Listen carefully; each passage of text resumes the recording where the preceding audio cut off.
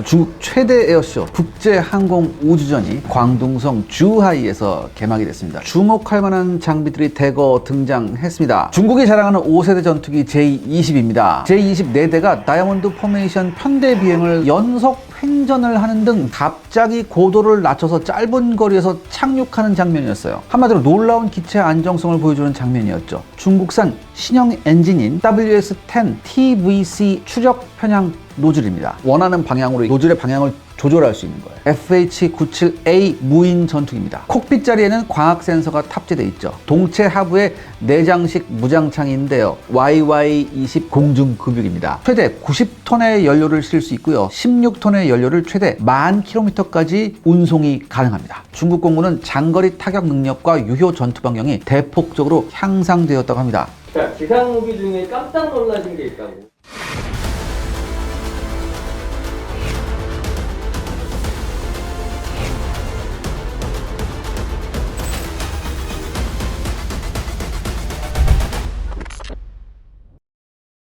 언론에서 네. 중국판 킨잘 미사일이 화제였다. 네네네. 2009년부터 실전 배치한 중국 최신의 폭격기 H-6K에 이름이 정확하지 않은 ALBM이 탑재된 모습이 포착이 됐습니다. 마치 러시아군이 이번 러시아 우크라이나 전쟁에서 초반에 사용한 킨잘 극초음속 미사일과 비슷한 모양이죠.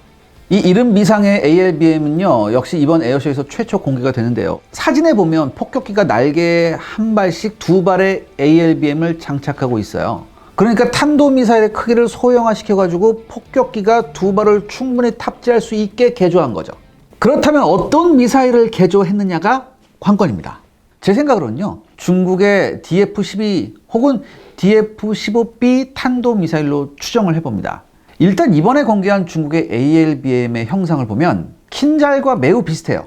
근데 킨잘은 제가 예전에 한번 말씀드렸죠. 이스칸다르 단거리 탄도미사일을 개조한 거거든요. 중국은 원래 러시아로부터 이스칸다르 미사일을 도입하려고 했었어요. 근데 러시아가 거절했었어요. 그래서 중국은 동유럽으로부터 비공식적으로 이스칸다르를 확보해서 이를 데드카피합니다. 이것이 바로 DF-12예요. 이게 DF-12 혹은 M-20이라고도 불리거든요. 요거를 이제 중국이 2018년 에어쇼에서 이제 공개를 했었어요. 그리고 이 DF-12의 후속 모델이 바로 DF-15입니다. 그중 DF-15B는요, 2단 추진 로켓의 사정거리 800km의 탄도미사일이에요. 여러분 놀랍게도요, 중국은 이미 H-6 폭격기의 최신 버전인 H-6N에 DF-15B로 추정되는 미사일을 탑재해 운영하는 것을 공개했습니다. 그러니까 이거 무슨 소리냐? 중국은 이미 ALBM을 운영 중이라는 얘기죠. 이번에 공개한 중국의 신형 ALBM은요, 그 첨두부의 형상이 러시아의 이스칸드라와 아주 유사합니다. 따라서 DF-12나 DF-15B를 개조했을 가능성이 아주 높다고 판단하고요. 크기나 모양으로 봐서는 DF-12 쪽이 더 유력한 것 같습니다. 이 서방의 군사 전문가들에 의하면요, 중국은 이 ALBM을 항모 킬러로서 사용하려고 하는 듯 한다고 합니다. 그런데 이 DF-12의 사정거리가 약 600km예요. 그 다음에 DF-15B의 사정거리는 약 800km입니다. 근데 이 ALBM은요, 항공기에서 발사되잖아요. 그러니까 여러분들 지난번에 제가 그 나삼스에서 한번 말씀드렸죠. 항공기에 실려서 뭔가를 발사하면 원래 얘가 가지고 있던 사정거리보다 훨씬 늘어나죠. 그렇기 때문에 기존의 DF-12나 DF-15B의 사정거리보다 상당히 늘어날 수 있습니다. 따라서 중국 본토 영공에서 발사해서 대만은 물론 한반도 전역까지 사정거리가 확대될 수 있어요. ALBM은요, 보통 마하 5 이상의 극초음속이지만 그 탄도 특성이 비교적 단순하기 때문에 요격이 불가한 것은 아닙니다. 하지만 비교적 낮은 고도에서 발사하기 때문에 요격이 쉬운 것도 아니에요. 아무튼 우리나라 입장에서는요, 달가운 일은 결코 아닌 것은 분명합니다. 또 그리고 중국의 신형 순항 미사일이 또 있다고 하던데요. 네, 이게 그 중국의 전폭기 중에 JH-7A2라고 있어요. 여기에 탑재된 신형 순항 미사일이 공개가 됐습니다. 근데 이게 보니까 순항 미사일 치고는 비교적 작아요. 그 다음에 외부 형상을 보면 스텔스 설계가 강하게 적용됐습니다. 지금까지 JH-7A2 전폭기에 탑재된 대함 미사일이나 순항 미사일에는요, 스텔스 설계가 적용되지 않았었어요. 근데 신형 순항 미사일 사이즈가 작아서 일부 전문가들은 이걸 대함 미사일로 추측하기도 합니다. 실제 로키드 마틴이 개발한 AGM-158C 장거리 대함 미사일도 스텔스 디자인이기 때문에 중국의 신형 순항 미사일이 대함 미사일일 가능성은 충분합니다. 현재 중국은요, 미국과 일본의 항공모함 세력이 자기들이 설정한 제1도련선 안쪽으로 접근하는 것을 저지하는 것이 최대 군사적 과제입니다. 그래서 다양한 종류의 미사일을 대함용으로 쓰고 있는데요. 앞서 얘기했었던 ALBM도 그 일환이었죠. 그 다음에 우리의 KGGB에 해당하는 유도폭탄도 등장합니다.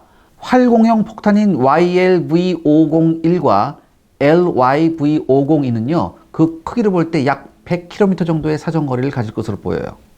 JDAM이나 KGGB와 마찬가지로 위성 항법 시스템으로 유도가 될 것으로 추정되는데요. 아마 GPS보다는 중국제 그 항법 시스템인 베이도를 쓰겠죠, 상식적으로. 또한 신형 CSBB-D4 레이저 유도 폭탄도요, 중국이 선보였습니다. 이 메이커 측은 1톤 폭탄이라고 소개했는데요.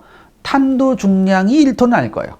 왜냐하면 요거보다 훨씬 커 보이는 미국의 레이저 유도 폭탄 GBU-12 패브웨이2가 요게 탄두가 227kg이거든요. 그러니까 아마 전체 무게가 아닐까 그렇게 생각이 됩니다.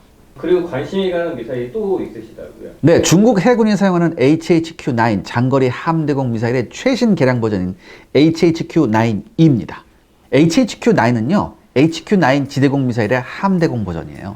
그 HQ-9 지대공 미사일은 2단 로켓의 미사일입니다. 그래서 최대 사정거리가 120km예요. 그 다음에 최대 고도는 30km죠. 그러니까 가히 중국판 SM-6 미사일이라고 할 수는 있습니다. 근데 최대 사거리는 조금 딸리죠. SM-6가 최대 사거리가 한 400km 나오니까. 사실 HHQ-9 함대공 미사일은요, 중국 해군한테는 굉장히 의미 깊은 미사일이에요. 원래 중국 해군은요, 함대공 미사일로 러시아제 SAN-6를 사용했습니다. 이 SAN-6가 뭐냐면은 S-300 지대공 미사일을 이거 해군형으로 개량한 거거든요. 근데 HHQ-9은요, 이거를 대체하고 독자호를 추구한 미사일입니다. 지상형에 비해서 사이즈를 줄이느라 사거리 등이 HQ-9에 비해서 약간 짧아졌다고 하네요. 근데 여기서 여러분 놀라운 사실, 이 원형이 된 HQ-9 이것도 사실은 러시아제 S-300의 카피입니다. 그러니까 어차피 뭐 카피 다 카피. 아무튼 이번에 선보인 HHQ-9E는요, 사거리가 125km로 오히려 지상형보다 사거리가 다소 증가했습니다. 현재 중국 해군의 최신의 방공함인 055식 구축함에 탑재될 예정이라고 하네요. 시청자 여러분들의 구독과 좋아요는 영상 제작에 정말 큰 도움이 됩니다. 여러분들 부탁드리겠습니다. 구독과 좋아요. 네, 지상 장비도 대거 전시됐다고 그러는데 네. 가장 눈길이 가는 거가 뭐가 있을까요?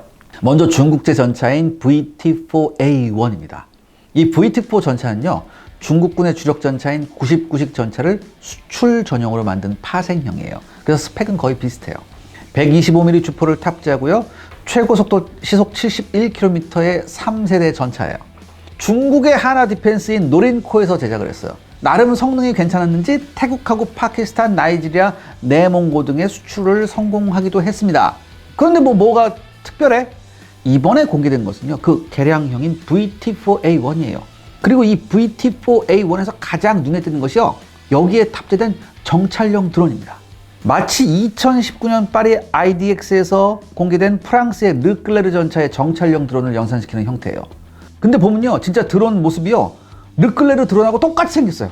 근데 이건 사실 프랑스를 따라했다고 중국을 비웃을 문제는 아닙니다. 프랑스를 벤치마킹할 만큼 중국도 이번 러시아 우크라이나 전쟁을 보면서 고민이 깊었다는 얘기예요.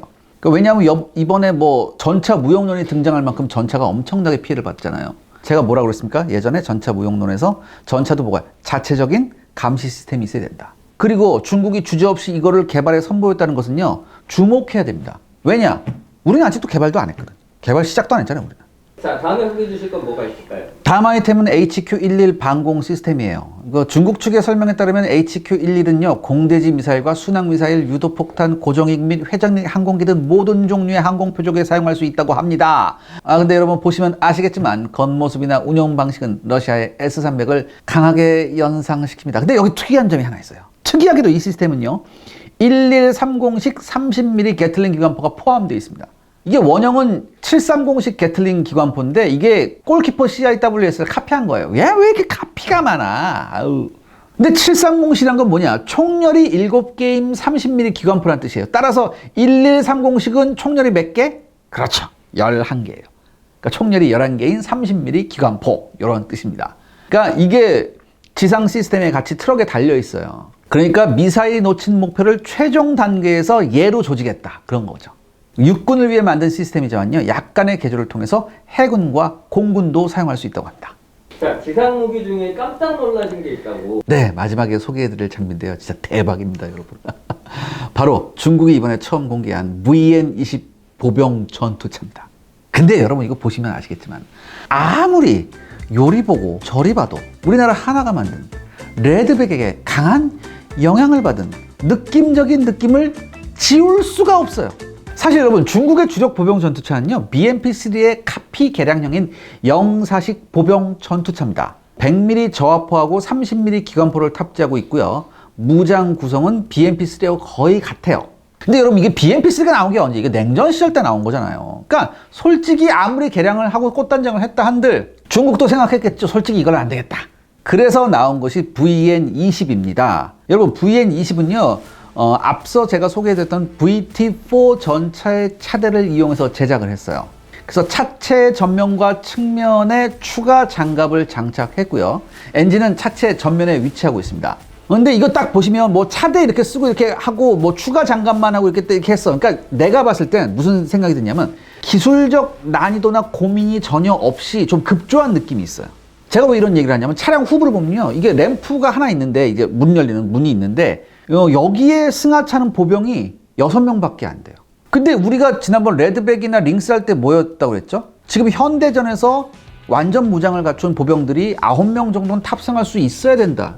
그런 스펙이었잖아요. 근데 굉장히 고스펙이었는데 이런 게 굉장히 중요하다. 그래서 이런 게 트렌드가 될 거다라고 얘기했는데 중국의 이 VN-20을 보면요, 이 보병 탑승으로 인한 차체 대응하는 전혀 고민하는 흔적이 없습니다. 그러니까 굉장히 기술적 난이도 없이 빨리 그냥 만들어버린 것 같아요.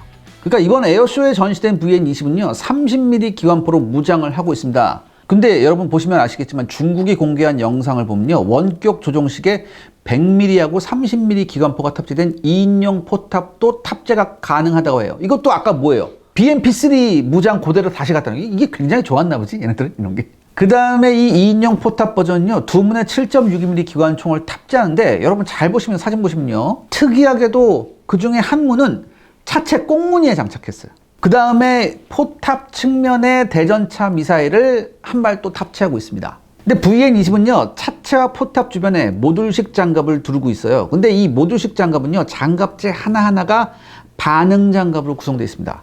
그 다음에 전면 방어력은 500m 전방에서 발사된 30mm 기관포의 날탄을 방어할 수 있다고 해요. 철갑탄, 날탄. 그리고 레드백과 마찬가지로 고무 궤도를 장착했습니다. 근데 이 고무 궤도는 중국제입니다.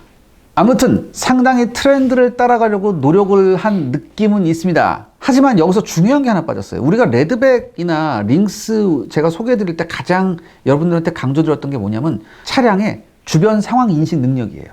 이게 굉장히 중요했었잖아요.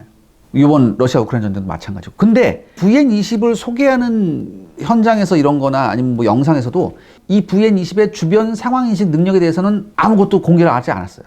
그리고 여러분, 이게 또 결정적인, 제가 말씀드릴게요. 이 VN-20 이게 후방을 한번, 꽁무니 한번 보십시오. 이게 후방 가관입니다. 공산권 특유의 2개의 디젤 연료 드럼이 떡하니 올라가 있어요. 이게 뭔 짓이에요, 이게? 아무튼 좀 웃겼어요. 지금은 위험해서 이런 걸 안 다루시다는 겁니다. 아, 누가 지금, 위험한 걸 떠나서 누가 지금 연료통, 예비 연료통 뒤에다 싣고 다니나. 얘도 멀리 가야죠. 전투기도 다듬마다니. 주하이 에어쇼 2022, 네. 이걸 정리하자면 어떻게 할 수 있을까요? 네, 이번 에어쇼에서 공개된 중국의 최신 무기들을 보면요, 중국 역시 제가 거듭거듭 말씀드리지만 러시아 우크라이나 전쟁의 교훈을 무기 개발에 적극 반영한다는 그런 느낌을 받았습니다. 그리고 전체적으로 무기를 현대 트렌드에 맞게 고도화시키고 있다는 인상을 받았어요. 특히 J-20의 새로운 모습은요, 한편으로는 굉장히 신경이 쓰입니다.